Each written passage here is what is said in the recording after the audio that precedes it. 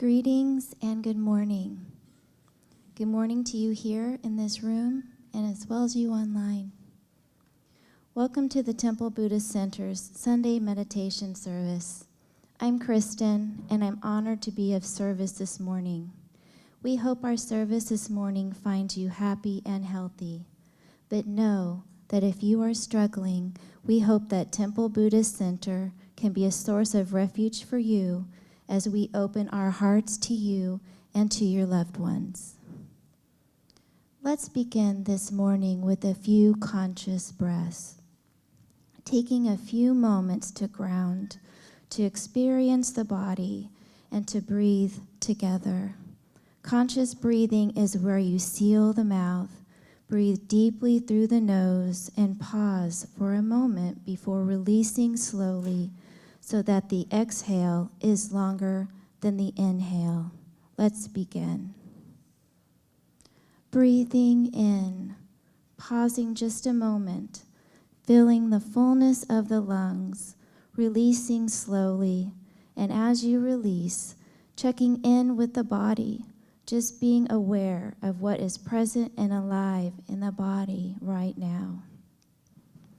A second conscious breath, pausing just a moment, ventilating this precious human form, then releasing slowly. As you release, see if you can release any worry or concerns of the week, all the energy of doing, going, striving, and accomplishing. Just allow yourself a few moments to cultivate the energy of being, not doing. A third conscious breath together, releasing slowly, and as you release, taking time to invite your awareness to the present moment, fully arriving in the here and now. Here at Temple Buddhist Center, we like to begin the service with a chant. Chanting is an integral part of every tradition and is not about being a singer. It's about having a voice. I will have Victor lead the chant for us today. Thank you very much, Kristen. So our chant this morning is Om Ami Dewa Ze, Om Ami Dewa Ze. In the Buddhist tradition, this is a chant that enhances compassion. And as the Buddha said, if your compassion does not include yourself, it is incomplete. You might also notice the seed sound, Om. In Sanskrit, Om is the sound of the universe, reminding each one of us that we are a beautiful note in a grand cosmic symphony forever playing.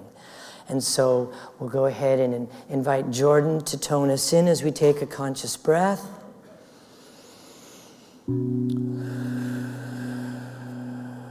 Together, Om Ami Dewa Ze, Om Ami Dewa Ze, Om Ami Dewa Ze, Om Ami Dewa Ze, Om Ami Dewa Ze, Om Ami Dewa Ze, Om Ami Dewa Ze, Om Ami Dewa Ze. With a smile. Om Ami Dewa Ze. Once more. Om Ami Dewa Ze.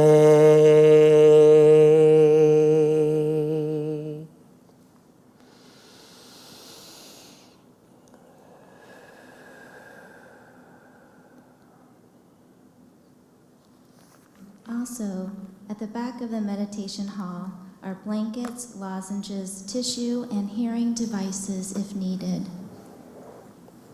Here at TBC, we practice Western Buddhism, a blend of Eastern philosophy and Western psychology. This is a new, exciting form of spirituality.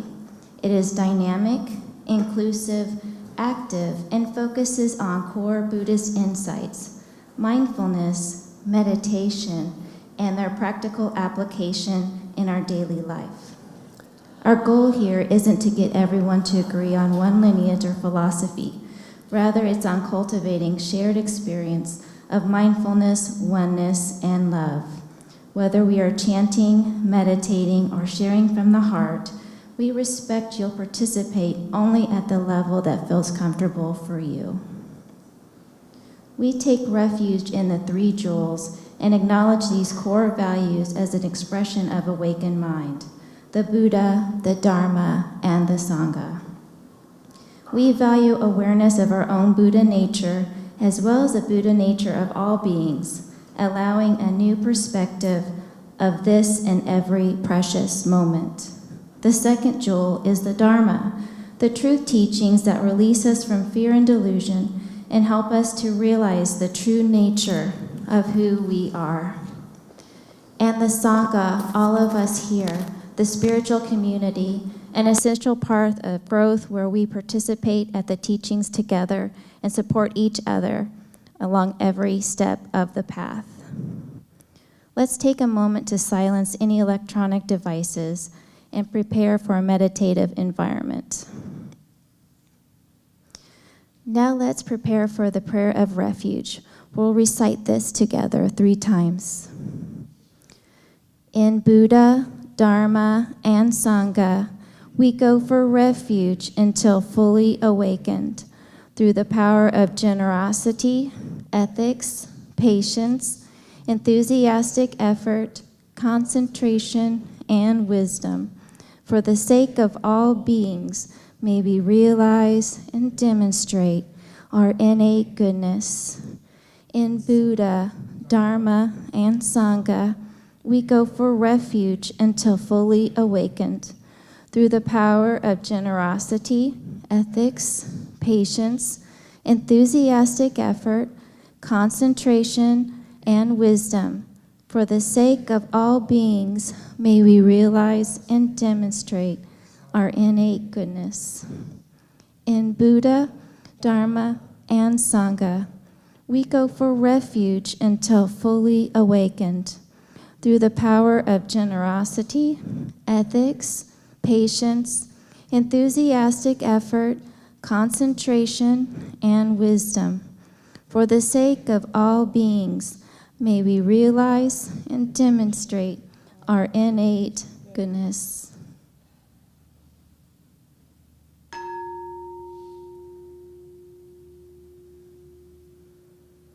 As we enter a time of meditation, if you have an extensive practice, then I invite you to practice in a way that is fitting for you this morning. If you are new to meditation, then we will begin with an opening dedication. We will sound the bell 3 times, and there will be a brief guided meditation, and we will spend approximately 10 to 15 minutes in noble silence. Let us begin by breathing together.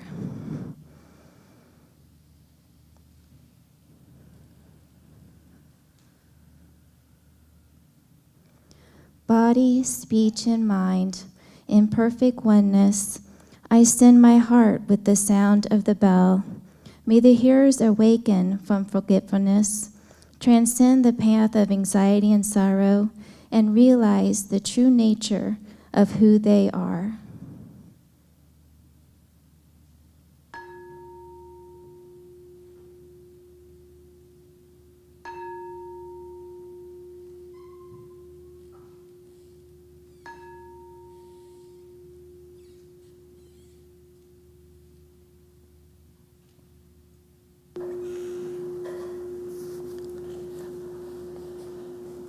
And as the sound of the bell recedes, guiding us, showing us the way into stillness,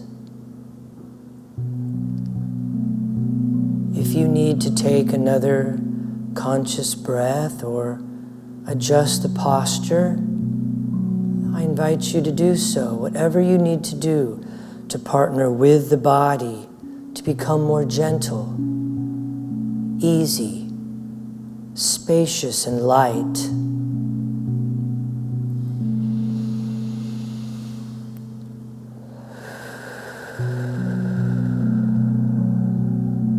With every breath, we move more deeply into our meditation, into relaxation.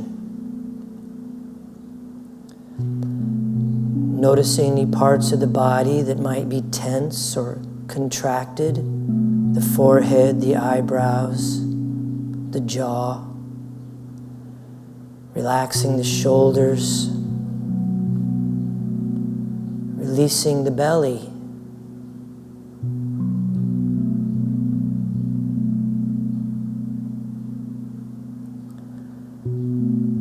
As the breath settles into its natural flow, its natural rhythm, and the body is gentle and light, we can bring awareness now to awareness itself, noticing when the mind becomes aware of a sound, perhaps in the room or out in the hallway or outside the windows. And when you realize that the mind has become distracted by a sound, in the same moment, we simply return to the breath. Return to this moment.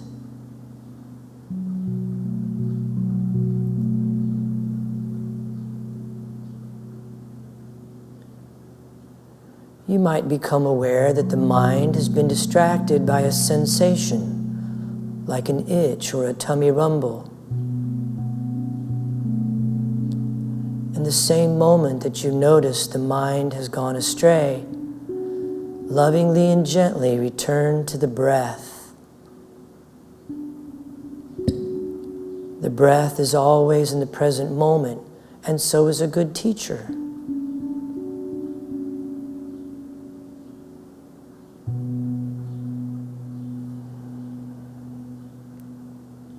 You might become aware that the mind has been distracted by a thought, or perhaps a string of thoughts. Like the others, thoughts come and go. They rise and fall. Our practice is to create space so that all these things may simply appear and disappear.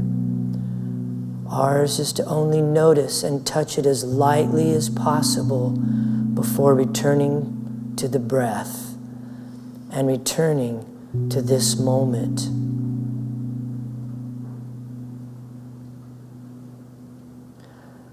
And so, connected to the breath, the body is easy, spacious, and light. The mind is clear, yet receptive to whatever arises. And the heart is open. We can move even more deeply into stillness, into our meditation.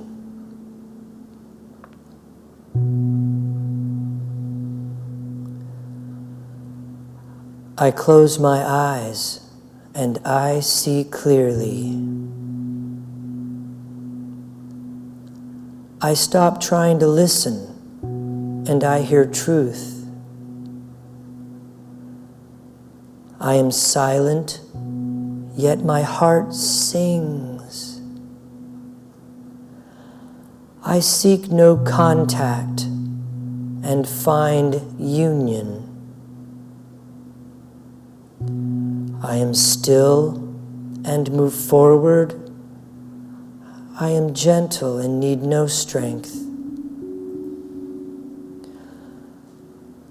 I am humble and remain whole, returning again and again to the breath, returning again and again home.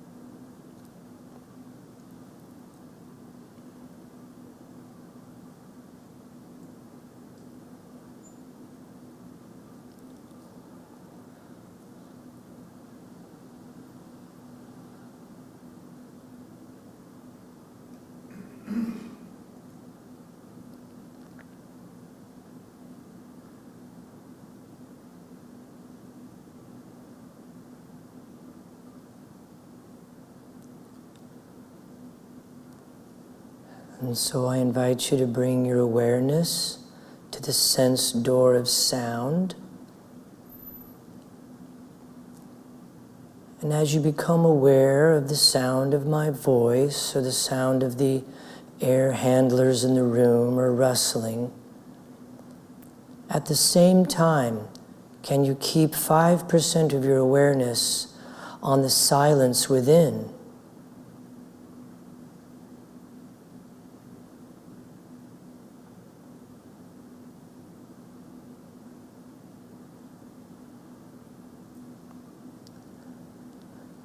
Next, I invite you to bring your awareness to the sense door of touch as you become aware of your clothing upon your skin, or the chair or the cushion beneath you.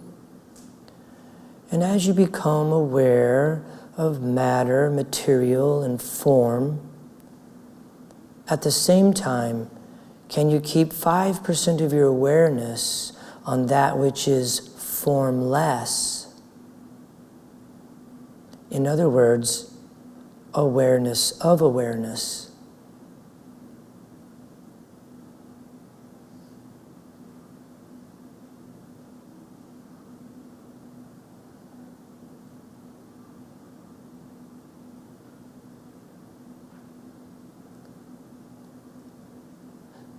Next, I invite you to bring your awareness to the sense door of sight as you slowly begin to open your eyes, letting in a little bit of light, not focusing on anything, just letting images come to you.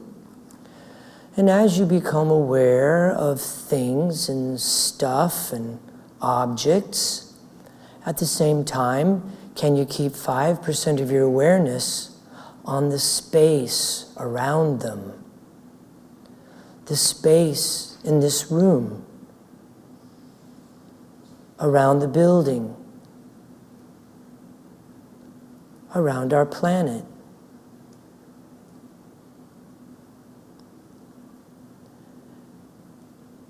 And next, I invite you to bring your awareness to the breath as we take a conscious breath together.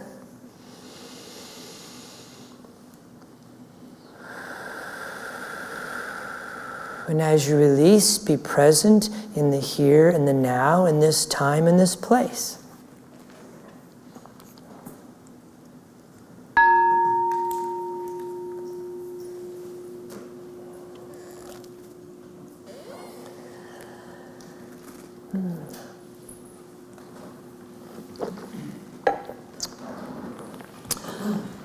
All right, thank you, Kristen, for your help. Good morning, everyone. It's so nice to see everybody this morning. And there are a number of Sangha members that are here with me this morning. We've all come off a 4-day silent meditation retreat. The TBC VSOC retreat was this last week, and I just cannot thank everyone enough. Kristen, who helped me prepare tubs, and Dave and Matt and Liz, who kind of held down the digital world while I was away. And there's so many members that are here this morning that were there with us from the retreat. And so you can tell the folks who are on the retreat because they're walking about 2 inches off the ground right now. So if you see them floating by you, you'll be like, oh, hey. So again, welcome everybody. And so this morning I wanted to do this talk on mental sticky notes, which is actually a little phrase that came out of the retreat.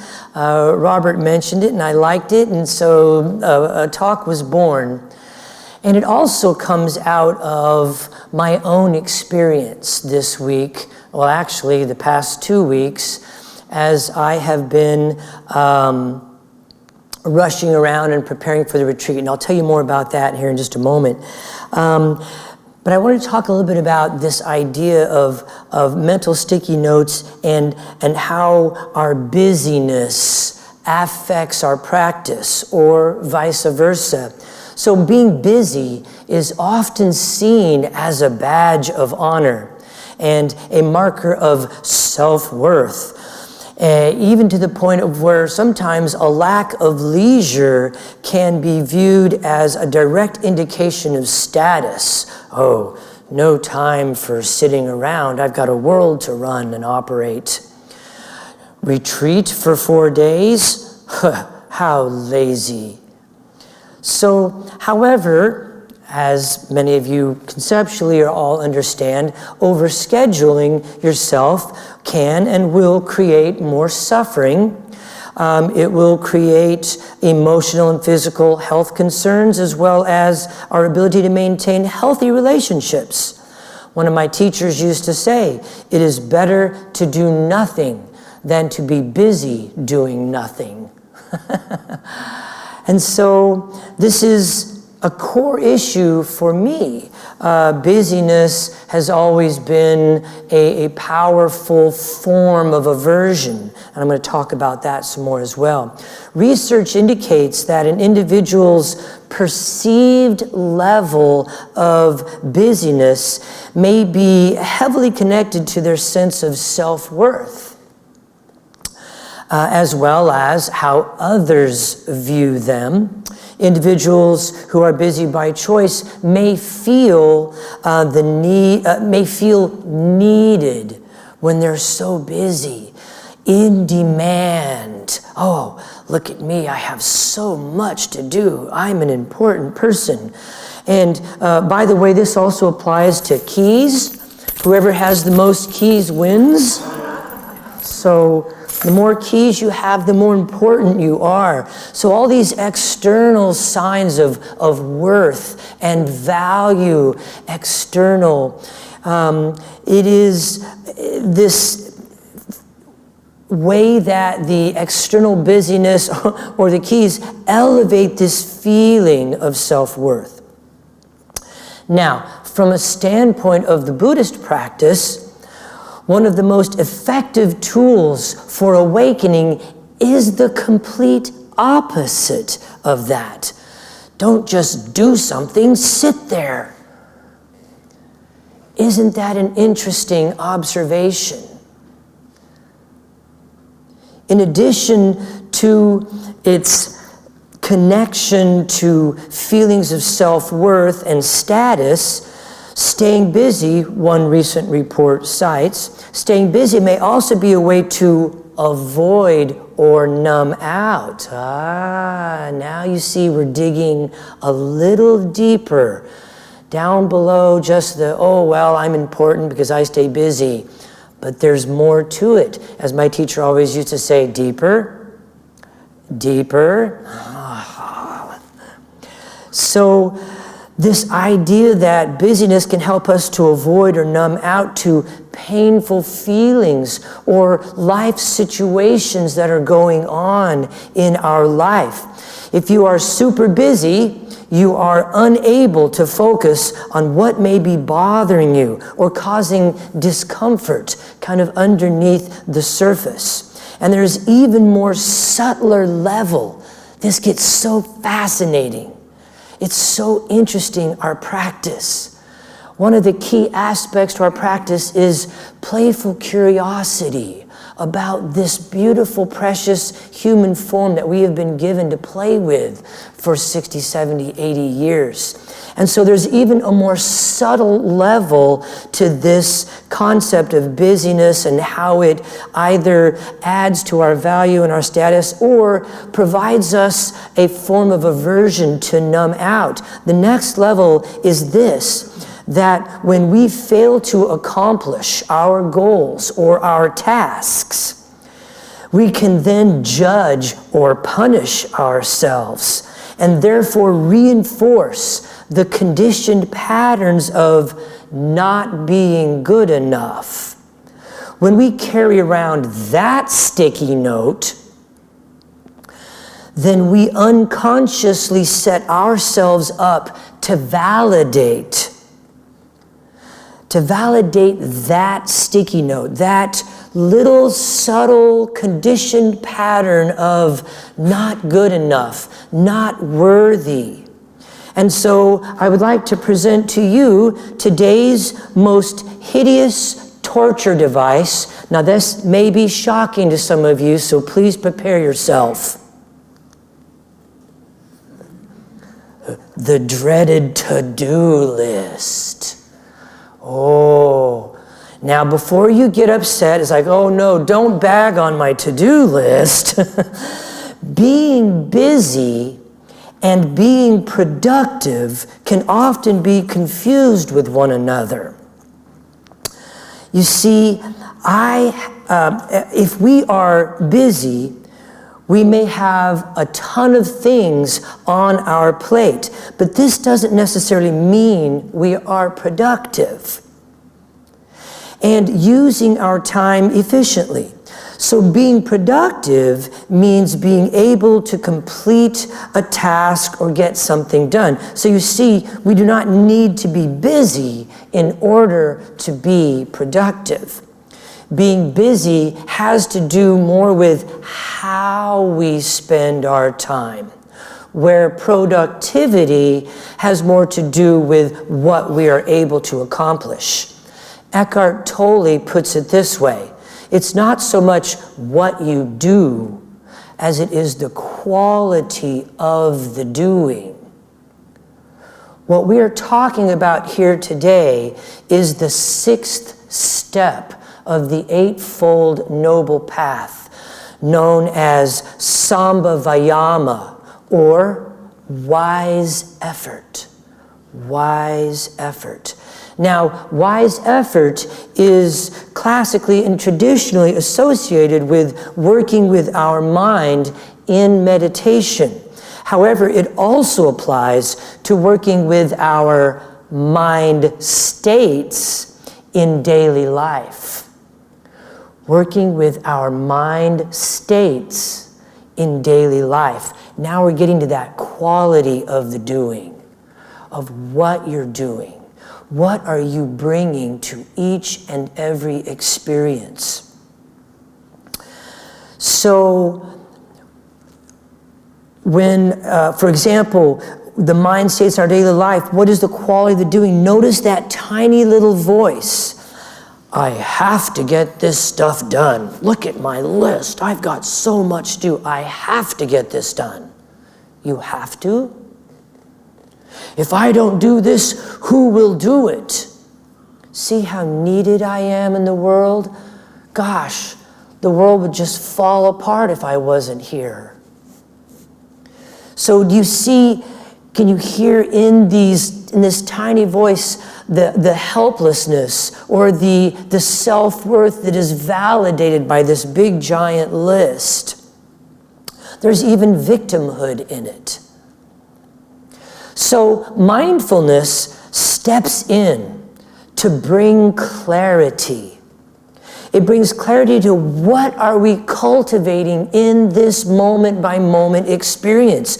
Are you cultivating helplessness? Are you cultivating victimhood? Are you cultivating an external sense of self-worth and value? Or are we bringing a sense of movement meditation to our doing? Are we bringing a sense of service to the world by what we are doing, by our presence? So it's not so much that what we're doing is of service to the world as it is the quality of our doing is what is in service of awakening for ourselves and all beings. Correctly understood, wise effort is an invitation to insight.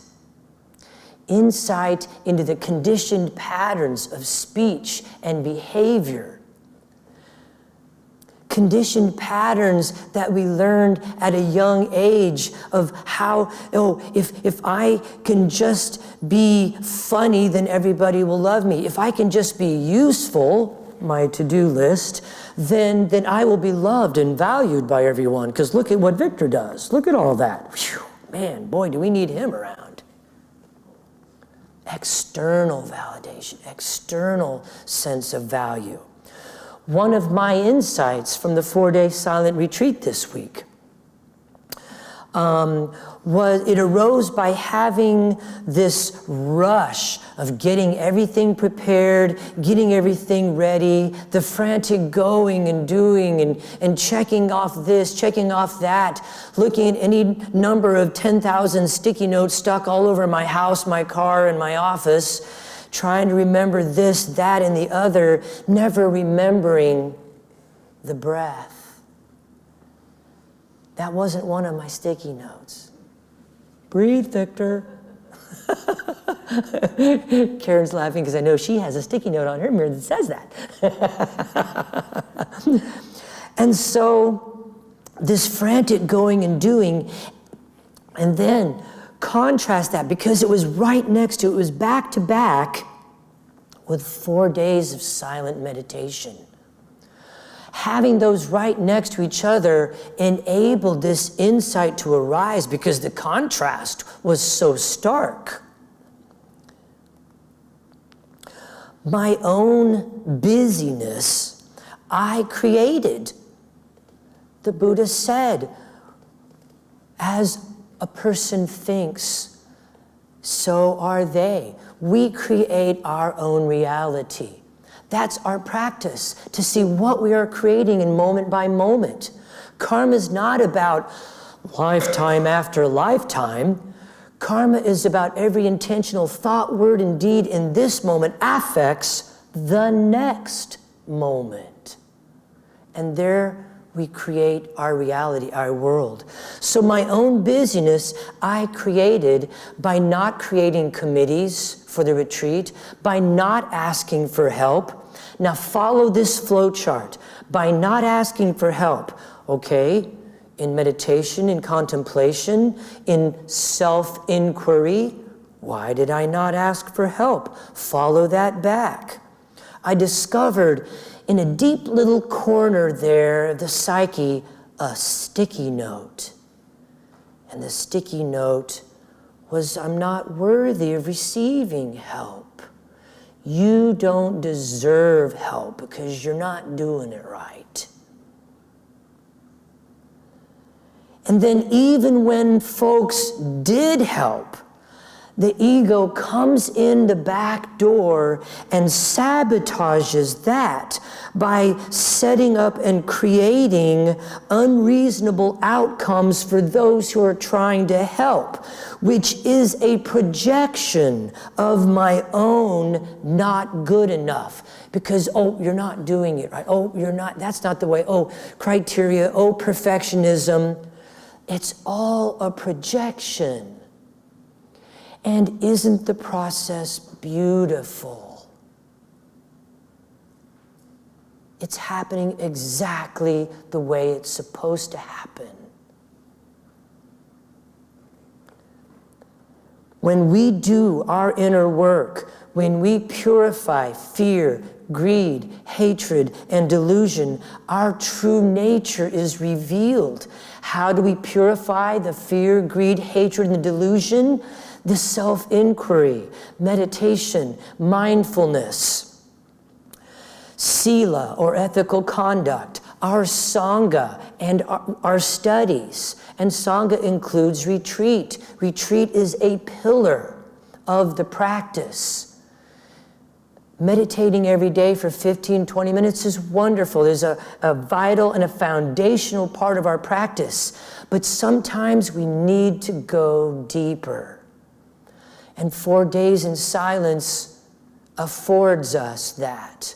And in that silence arises the insights into our conditioned patterns of speech and behavior, and awareness is all that we need. My teacher used to say, awareness unties every knot you have. You don't need fancy techniques. You don't need elaborate methodologies. You don't have to fly to Sedona and go on a mushroom quest for the next 6 months, although, okay, but anyway, so you don't need any of that stuff.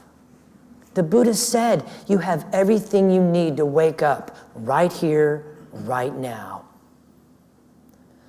The universe is madly in love with us, and it wants us to wake up. And so therefore it provides us these teachings and these patterns that are easily recognized if you are awake to see them. The patterns are there every day. Every day they are there. When I become overwhelmed with busyness again and again and again, until finally I have an insight and I see and I purify that old tape that I'm not good enough to get help, and I release that fear or that hatred of self, and I release that, and now I can simply turn it over and let people help. And the universe is going, he got it, he got it. Our little boy's growing up. It is a cause for celebration, not only in the insights and the awakening, but of a realization of this beautiful process of awakening that everybody is on, even though many don't know it. And if they don't know it in this lifetime, they'll have many more in which to find out.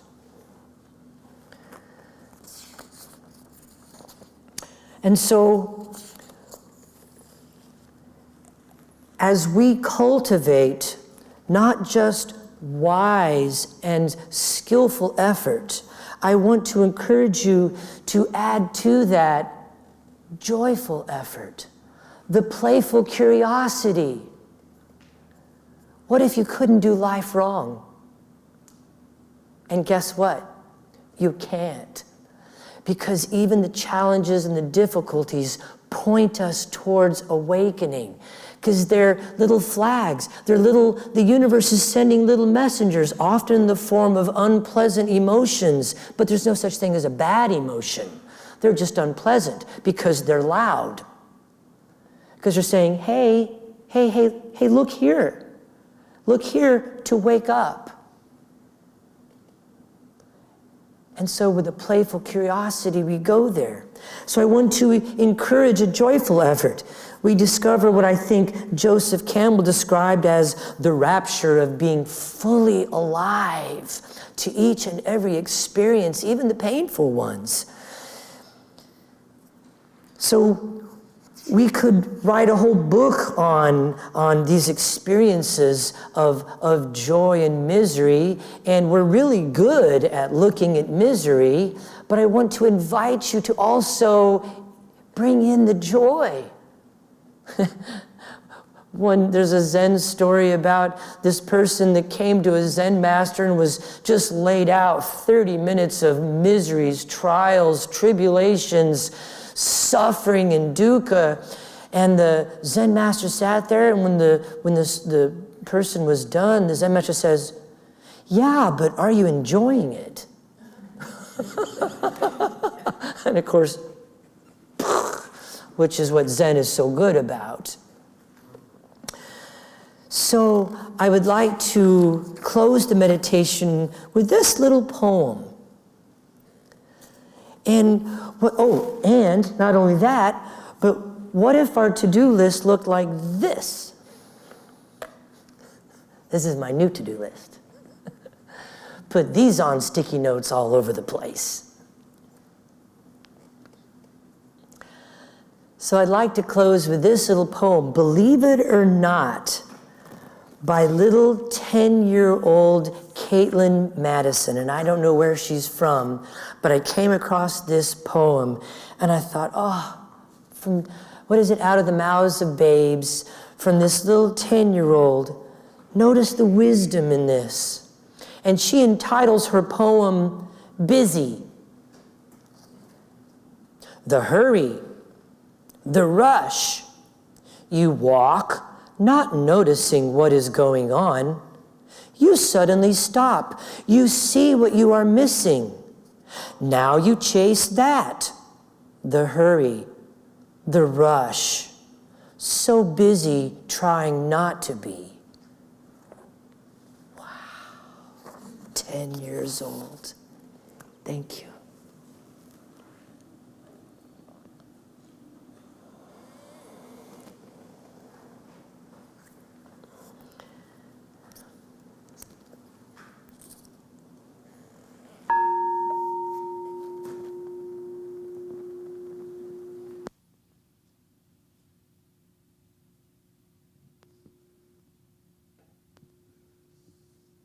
Thank you, Victor, for that wonderful Dharma talk. Sounds like there's a lot of insight. I think there's 5 or 6 people from the retreat that would be happy to stand up and testify. All right. I wish I was there. I'll come to the next one. Absolutely. All right. So let's take a moment to embody the teachings before we move into our kindness meditation. So it's not uncommon to shift posture, take a conscious breath, whatever you need to do to move into our next section, which is a heart practice. Heart practice is not intellectual, it's not conceptual. It is an opening of the heart and a sharing the joy that is within us and with the world. And so we begin. And I'll invite Jordan to accompany us on our heart practice. We'll begin with a conscious breath. And as you release, I invite you to bring to mind the image of you, a full body image of the form that has been given your name and that has accrued the many experiences over the years. And holding this image in your mind's eye, recite silently to yourself these words of loving kindness or metta practice. May I be filled with loving kindness. May I be safe from inner and outer dangers.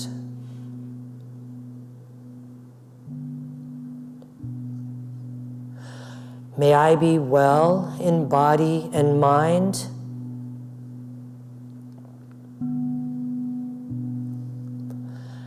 And may I be at ease and happy.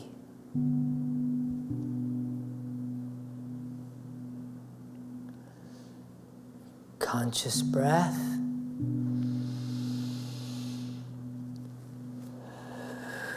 And as you release that sentiment into the universe, I invite you now to bring to mind the image of a friend of yours.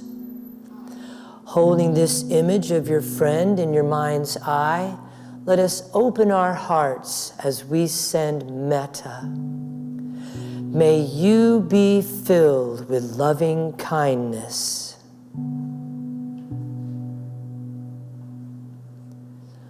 May you be safe from inner and outer dangers.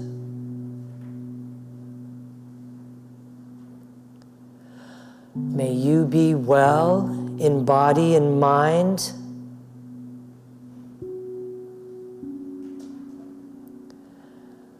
And may you be at ease and happy.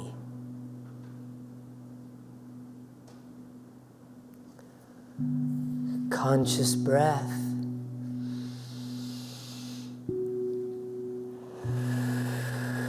And as you release that sentiment into the universe, I invite you now to bring to mind the image of a difficult person in your life, a challenging person. Could be a boss or a co-worker, a neighbor, a classmate, or a political figure. And holding this image in your mind's eye, let us open our hearts as we send metta. May you be filled with loving kindness. May you be safe from inner and outer dangers.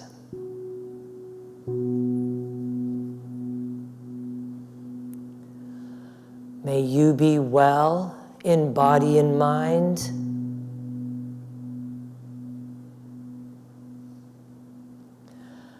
And may you be at ease and happy.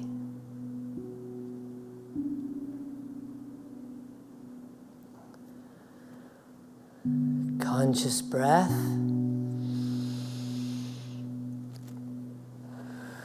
And as you release that sentiment into the universe, I invite you now to bring to mind the image of the world, all the plants and the flowers and the trees, animals of the land, the sea, the sky, and all sentient beings, including ourselves, holding this image in your mind's eye. Let us open our hearts as we send metta to us all. May we be filled with loving kindness. May we be safe from inner and outer dangers. May we be well in body and mind.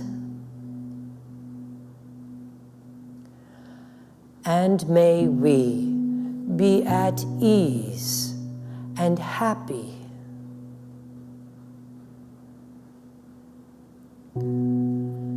Conscious breath.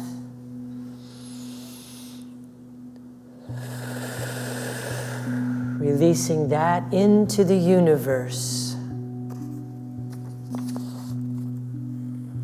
Thanks, Victor, for leading us through the heart practice. In the true spirit of Dana, the Buddhist practice of generosity, temple services are given freely. In the same way, if you choose to give, please give with a generous heart, not in return for something you have received, but that so others who may seek refuge in this Sangha may find it here at this temple. Dana boxes are located on the lower floor near the door and the front near the balcony. And thank you to all our wonderful volunteers, and thank you to our TBC ambassadors, those who have committed irregular electronic donations. It's not about the amount. The monthly giving helps us to set a budget here at TBC. If you would like to become an ambassador, just click on the Love Offering button on our website, templebuddhistcenter.com. And again, thank you, Victor, for sharing your wisdom. And thank you to Jordan for your beautiful music.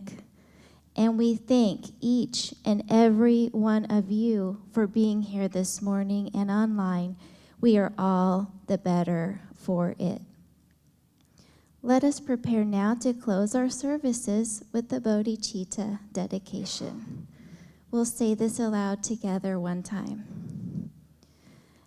May the pure, brilliant sun of Bodhicitta dawn in each and every heart and mind, dispelling the darkness of suffering and confusion unstoppably until all are illumined and awakened. And with our hand together in front of our hearts, let us go forth from this place, entering each moment in innocence, guided by the wisdom of our hearts. So open our hands and open our hearts and shine our light upon the world. Namaste.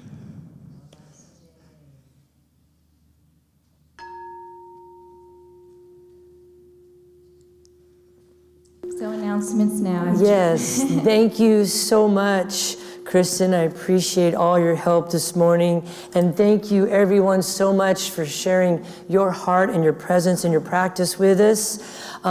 Just a couple of just brief announcements. As usual, we have our Helping Hands Sunday is coming up soon, the first Sunday of every month, where we have some bags that you can take one with you and place it in your car, so that as you may come across a person experiencing homelessness in the city or at a stoplight or an intersection, this is something that you can hand to them. And it's got all kinds of things that could be essential for them. Also, don't forget the Buddha and the Bean every Tuesday morning at 9 a.m. with Karen and Matt. An opportunity to have coffee and wrestle with the Dharma, as we sometimes say. And also our Buddhism in 12-step program at 12:30 today. Dave offers it Thursdays at 7 p.m. And Tai Chi Cha is being taught every Tuesday night here at the temple at 6:30. A wonderful complement to your formal sitting practice, a way to learn how to bring movement and meditation together through Tai Chi Cha. So please just come. There is a registration online, but whether you register online or just show up, it all works just fine. So again, thank you all so much for being here today. Don't forget, as you leave, there's a cool little book sale going on. We have our Buddhist lending library right here. So please go over. We put about 15 new books in there just this morning. So lots of wonderful stuff that you could check out. And there's sign-up sheets out front for our newsletter and or to become a volunteer. So as you go into your day, I wish you peace, blessings, and sticky notes.